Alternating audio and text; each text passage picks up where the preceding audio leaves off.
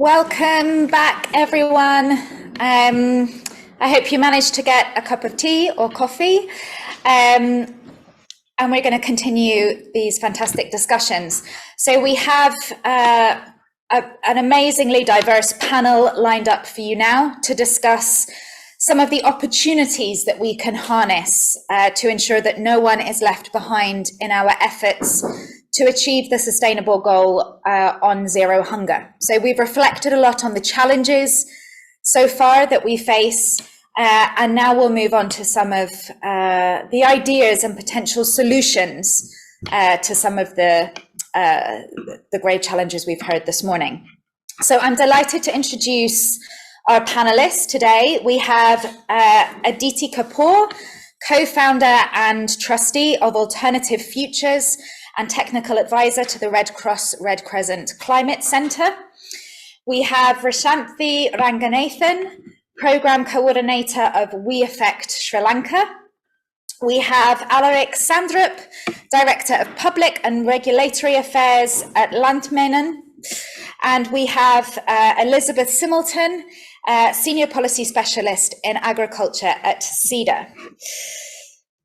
I'm going to first turn to Aditi, if I may, to reflect and share some thoughts with us here today on why people are left behind and what is needed to include these groups in the food systems transformation. And just before I turn to you, Aditi, I'd like to just encourage everyone to keep their comments coming in the chat and their questions. For those that we don't have an opportunity to cover today, we will be following up with all of our eminent speakers today and posting their responses and sharing those on the SIANI website. So do keep them coming. And Aditi, if I may, over to you on why certain groups are left behind and how we can include those in the food system transformation. Thank you so much, Katie. Let me first thank KSLA, FAO, and SIANI for inviting me here and for sharing my views. Also to say that the presentations I heard were really interesting, giving food for a lot of thought. Also, I think identifying a lot of complexities which are there to really unravel this particular problem, especially if we're looking at 2030. Let me just quickly try and share my screen. And I think you can see my screen, right? We can. Excellent. Okay, great. So before I begin, let me say I have only 10 minutes. And I decided that I would just give you like one example to really try and see what kind of cross-sectoral approach we really do need.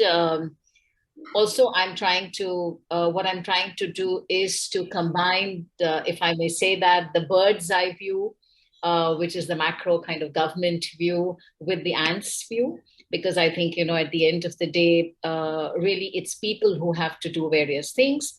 Also, because I'm going to focus on climate. Aditi, excuse me. We see it in editorial view. Can you please set it in presentation mode? Is that better? Yes, thank you. Okay. So I'm going to focus on climate change as the one big issue that is affecting food security and nutrition. Also, one thing that I'd like to really say is that I hope that this will also be a solution for conflict-ridden areas, because, as was rightly pointed out, that if you have secure livelihoods and you have food security interventions, and that also helps in containing conflict situations. So very short, just two slides to say that who are the food insecure people really? So they're very different lots, and there's a lot of what is called intersectionality between them. So they're the elderly, people who are living in remote locations, who are the unreached people. There are also then the, petty traders. And then of course, why is this? Okay. the urban low-income people, the wage labor, the migrants, young girls, pregnant women, small farmers, the growers themselves. Much of the food, as we know, is grown by small farmers, and much of the malnutrition is also present among them on the continents which do have agricultural economies. So these are really people who are, food insecure. I would like to say that gender is really cross-cutting, because even if you say, yes, gender makes a difference, but between each of these groups, if you see, women are probably going to be more malnutritioned than men. So I think if we're looking at interventions, we need to make sure that within each groups, we're looking at gender. Also the urban, if you're looking at urban food insecure, we find that while there are a lot of nutritional deficiencies in people who live in rural areas, in urban areas, the people who are low income groups, migrants, etc., are the ones who really have what are called lifestyle diseases. So a lot of the diabetes, blood pressure, is actually affecting the urban low income people because they don't have access to nutritional food, fast food, Maggie noodles, burgers, a can of Coke is so much cheaper and easier to get than to actually source in towns good nutritious food, leafy vegetables, fruits, etc., and then to actually cook them, have the fuel, the water, everything, and then to make it and to consume it. So I think that is something that is often not looked at. Of course, the FAO 2022 report does point this out. ADB has done a very comprehensive report on this for South Asia and for India. This is an issue which is coming up, but as we are urbanizing, as each of the continents, Africa, Asia, is urbanizing, this is something that we really need to keep in mind. So petty traders, yes, in rural areas, but also in urban areas, are people who are nutritionally very insecure. So we have to look at both rural and urban areas when we are really looking at food security and nutritional security. So what can be a multisectoral approach? Like I said, I'm just going to take one example. So what I'm going to do is to look at sustainable agricultural policies. Why? Because the governments are moving towards various sustainable agricultural policies, practices. It can be organic agriculture, eco-agriculture, sustainable agriculture, or what is called CSA, the climate resilient agriculture, which is being promoted by CGIAR with FAO. So, whatever you might say, these are agricultural policies which are encouraging more of natural inputs. And it was interesting to hear Maximo Torriero say that affordability of fertilizers has gone down by farmers. Well, they are investing a lot in rejuvenating natural resources and using organic material and their labor. Women are the ones who are putting in more labor. So I think that's something that's interesting. And this also kind of reflects on the three kinds of risks that were pointed out by Maximo Torriero. And this kind of overlays all the three risks. It's a common thread for the risks for agricultural systems, agri-food systems that we spoke about. So what is the kind of interplay that sustainable agriculture policies can have? So this is, like I said, one example. One, we see that agriculture departments in most countries usually only look at rural agriculture. But we have to have these departments and ministries and policies bringing together the rural, the urban, and peri-urban areas together, right? Peri-urban is also often something that's forgotten, but we don't transform from a village to a complete metropolitan or a large town. We often have these peri-urban areas which have a lot of agricultural land, but there's also other things that can happen in urban areas. So agriculture departments need to really widen their scope. That's one. The water departments, usually we find that the water departments in terms of security and the SDGs, when you're looking at the water related targets, they're looking at drinking water. But I think it's extremely important to prioritize water for growing food, because you cannot grow food without land and water. So land and water has to grow together. And if we have to secure food security, we have to secure water, not just land for people to grow their food.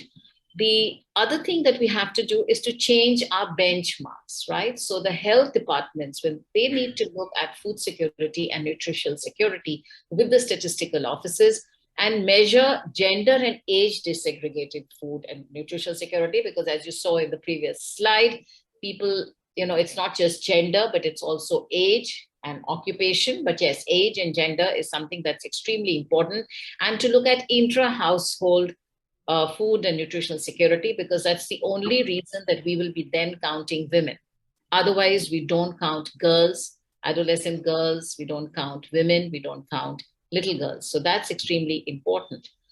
Urban developers need to prioritize horticulture. Why I'm saying horticulture is because horticulture is something that can actually be grown on little vegetable patches in slums, on balconies, on your walls, on gardens. We have adaptive agriculture in Bangladesh, where there are these little islands on the Brahmaputra River, which is huge river, where they actually grow creeper, beans, etc. during the flood season, so that they can get their food security and they can earn their income in the famine period, just post floods, when they have no food.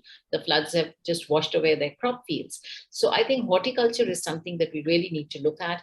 Terrace garden, I grow my greens on my terrace. I think this is something that urban developers need to come up with. So you can have beautiful flowers on the walls and you can have green on the walls, but why not look at it from a horticulture perspective and really start growing foods and spaces for farmers, markets, etc. So I think those are things that urban development departments, agriculture, health department need to really start thinking about. My last point really is that urban developers and transport departments need to really think, how do we feed city dwellers, not from villages, but also from the cities themselves, so farmers, markets, etc., but also the peri-urban farm products. How do we have these, transport systems, green transport systems, where we can get food with less food miles? So I think a lot of talk that happened on trade, if we're really looking at growing our own food, especially horticulture, that would take care of a lot of our nutritional security. It's easy, people grow vegetables here in gunny bags, in pots. So there's a lot of things that can be done. And I think that's a new way that we really need to look at food and nutritional security, agriculture, urban development, and also who are we measuring? How do we measure who's nutritionally secure and who's not nutritionally secure? So it's very important to intersect the different ministries and rural and urban areas and the different food insecure people. And that's one example I thought I would really share with you. Thank you so much. And I'm happy to answer any questions now or later. And it's a pleasure being here. Thank you. Thank you so much, Aditi. Fantastic. Thank you for laying out so clearly for us who is facing food insecurity and a really concrete example when it comes to sustainable agriculture of what sort of multi-sector approaches could look like and how we need to engage and why. All those different departments, from agriculture to water to health to transport, as well as developers. So it was a really fascinating presentation for me. Thank you so much.